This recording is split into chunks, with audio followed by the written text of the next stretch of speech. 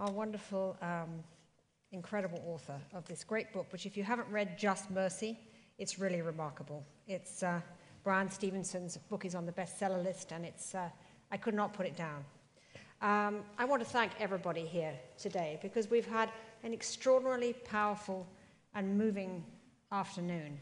We've heard a lot about damage, but we've also heard a great deal about redemption and the things that cause redemption, which are the interest one individual can take in one person's life and how that one piece of interest, that human contact, that connection, that outreach can truly change forever the trajectory of a life.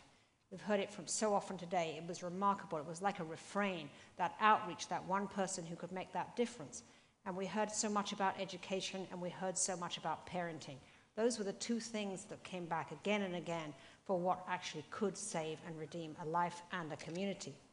So I want to thank tremendously today all the speakers who were on our stage, but I think for all of us, I think we were all most moved perhaps, and would like to thank the most, the authentic shared voices of the formerly incarcerated people on our stage, Tyrone, Glenn, Dorsey, Johnny, and Piper. They came here today bringing their stories of their past, speaking so candidly and so with such real, heartfelt desire to share what they had been through and to say how they were now turning the lives of others around. I really want to thank them tremendously.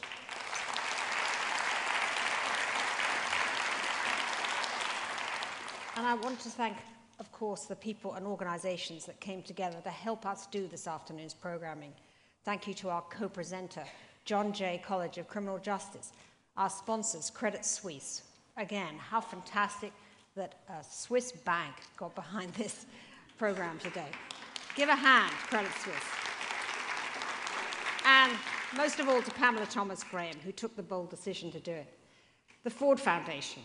And we're going to hear it later from Darren Walker in just a minute because he wasn't here earlier, and I do want him to have some closing words because the Ford Foundation is so committed, so dedicated to doing work of the kind you've seen on this stage.